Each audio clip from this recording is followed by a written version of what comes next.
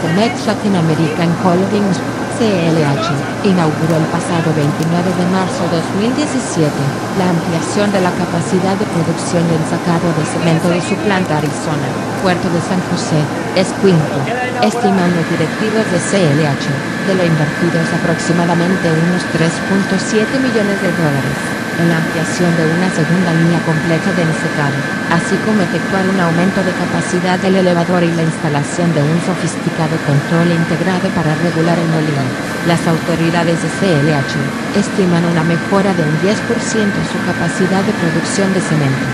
Estiman que ahora podrán alcanzar las 545.000 toneladas anuales y mejorar en un 46% la capacidad de ensacado de producto, pasando de 65 a 95 toneladas por hora. El acto de inauguración lo presidió el director general de CLH, Jaime Mugiro, Guillermo Rojo de Diego, director Cemex Guatemala y René Aparicio, gerente de operaciones. Mugiro habló de optimismo de seguir invirtiendo en Guatemala, porque compartimos cultura y valores con la empresa matriz, Cemex, de México. También indicó que lo clave es que el sector público, tanto el gobierno como el organismo judicial se esfuercen por crear y mantener reglas claras y constantes para las inversiones. También indicó que para que el comercio interregional tenga éxito, es necesario que la competencia sea en iguales circunstancias y sin privilegios para las partes. Si algunos grupos son beneficiados con privilegios o incentivos que no están disponibles para todas las empresas, pues esto crea distorsiones y desincentiva la inversión de todos los grupos. Mugiro puntualizó que ve con muy buenas perspectivas las cumbres de integración y desarrollo del Istmo, ya que el sector de la construcción y Cemex juegan un papel esencial con una fuerte inversión en toda la región mesoamericana. Estuvo presente en la inauguración y participó en el corte simbólico la embajadora de México en Guatemala, Mabel Gómez Lima.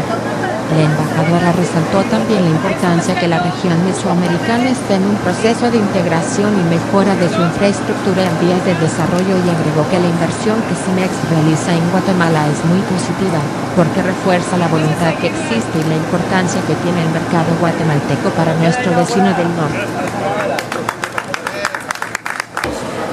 Originalmente habían comentado en redes sociales y demás, incluso sacamos una nota en Siglo XXI, que el crecimiento iba a ser un poquito más, o sea que la ampliación iba a ser para un crecimiento más grande. ¿Cambiaron las perspectivas originales? No sé el número que se dio. ¿26%? No, lo que pasa es que quizás se dieron dos cifras. Una es la capacidad de sacado, que se amplió porque claro, nosotros producimos cemento granel y cemento sacado. Entonces, si sumamos la capacidad de todo, el crecimiento, la posibilidad de vender más es un 10%. Pero podemos hacer casi arriba de un 40% más de producto ensacado. O sea, digamos que el ensacado es lo que sí podríamos hacer mucho más si tuviéramos mercado. Pero como hacemos granel y ensacado, pues realmente con el mix que manejamos actualmente, lo que estamos diciendo es que la realidad es que básicamente el cuello de botella de la fábrica, que antes estaba en la sacadora, ahora se lo vamos a pasar al molino. Entonces el molino tiene una capacidad de producir un 10% más de lo que estábamos ensacando antes. Ese es el... Ok, ¿y cómo mira el país en inversión? ¿Cómo mira en infraestructura? ¿Cómo mira el crecimiento en construcción? Porque hay un fuerte crecimiento en construcción de edificios, por ejemplo. Mira, curiosamente, la economía de Guatemala es una economía que se ha sostenido muy sólida a pesar de los cambios políticos, cambios económicos, temas de corrupción. Sin embargo, la economía ha seguido muy sólida. Las remesas han ayudado mucho y eso ha hecho que haya bastante actividad en la construcción informal, en general en Guatemala, y formal en Guatemala de edificios más grandes, más ordenados. Pero es cierto que la edificación no ha parado.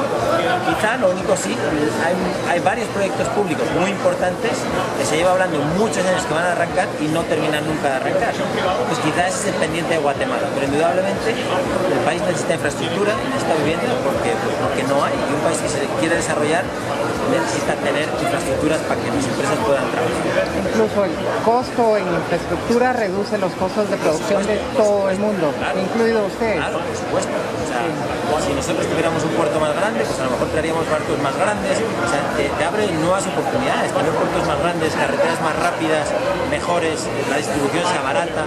O sea, un país para desarrollarse necesita tener una red de infraestructuras desarrolladas, si no, no puede cumplir. Sí, en Guatemala el presidente acaba de dar declaraciones la semana pasada de que reinvierten las utilidades de los puertos precisamente para mejorar la profundidad del puerto. Exactamente. Esas son buenas noticias que hacen más competitivas las exportaciones de las compañías guatemaltecas que exportan productos, bananeras, y hace más competitivo a alguien que importa productos, también trae barcos más grandes, con productos que al final son más baratos. Entonces esa es una inversión clave, fundamental y buena para el desarrollo del país. ¿Qué perspectivas mira hacia cómo está desarrollándose el mundo?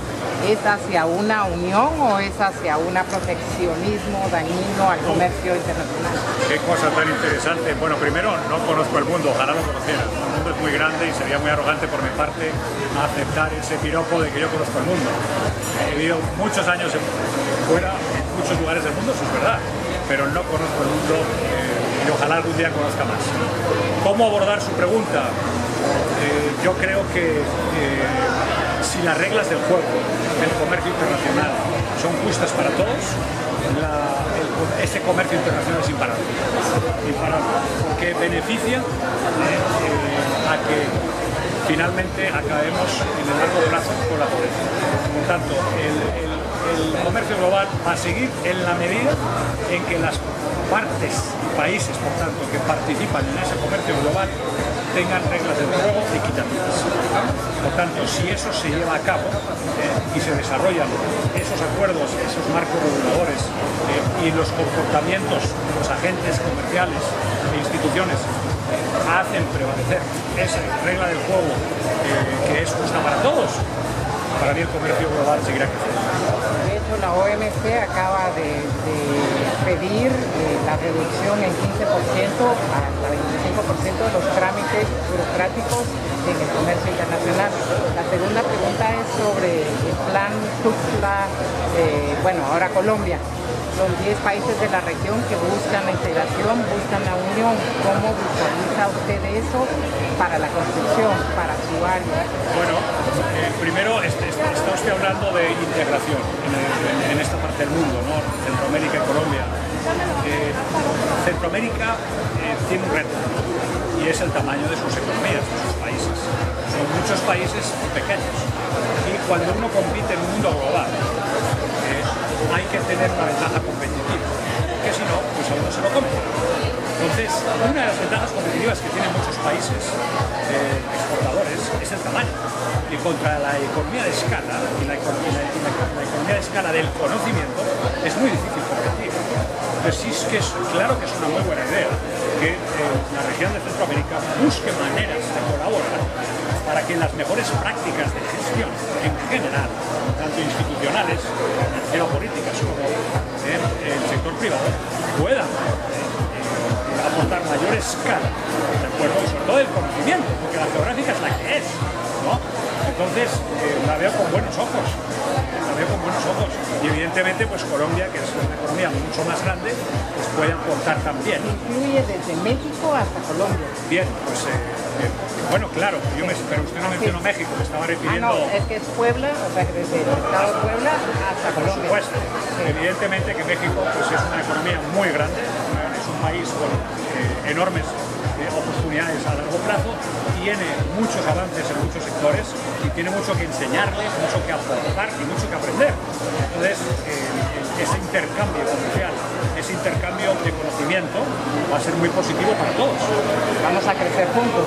Vamos a crecer juntos. Lo que pasa es que hay que hacer los deberes en cada país, ¿no? Hay que hacer los deberes en todos los países. O sea, aquí la clave, uno de los temas que preocupa al inversor está, bueno, yo invierto y luego me cambian las reglas del juego, ¿cómo me protejo? Entonces, yo no nosotros no tenemos miedo a la competencia. La competencia es muy buena porque nos hace mejores. Lo que no se vale es que las reglas del juego que tienen mis competidores no las tengo yo en mis países. Entonces, nosotros necesitamos poder desarrollar energías renovables, pero si la legislación no me lo permite, yo no puedo competir con alguien que ya lo tiene, por tanto tiene un costo eléctrico menor que yo. Yo no puedo competir con un competidor que tiene el uso de alternos de los hornos de clinker. Yo necesito una legislación que me permita hacer eso y muy rápido, y así sucesivamente, porque si yo tengo los mejores costos que puedo llegar a tener en cualquier fábrica del mundo, yo puedo ser muy competitivo y no le tengo miedo a la competitividad, a los competidores. Lo que no se vale es traer competidores que vienen de mercados gigantes, unas economías de escala y de conocimiento brutales, que tienen flexibilidad en los mercados laborales, que los salarios están ligados a la productividad, que tienen legislación de energía renovable, el uso de energía alternativa, y resulta que nosotros tenemos en Centroamérica países chiquititos y una legislación que no te permite innovar. Entonces necesitamos las mismas reglas del juego, y con eso y el talento humano que hay en esta región nos comeríamos el mundo.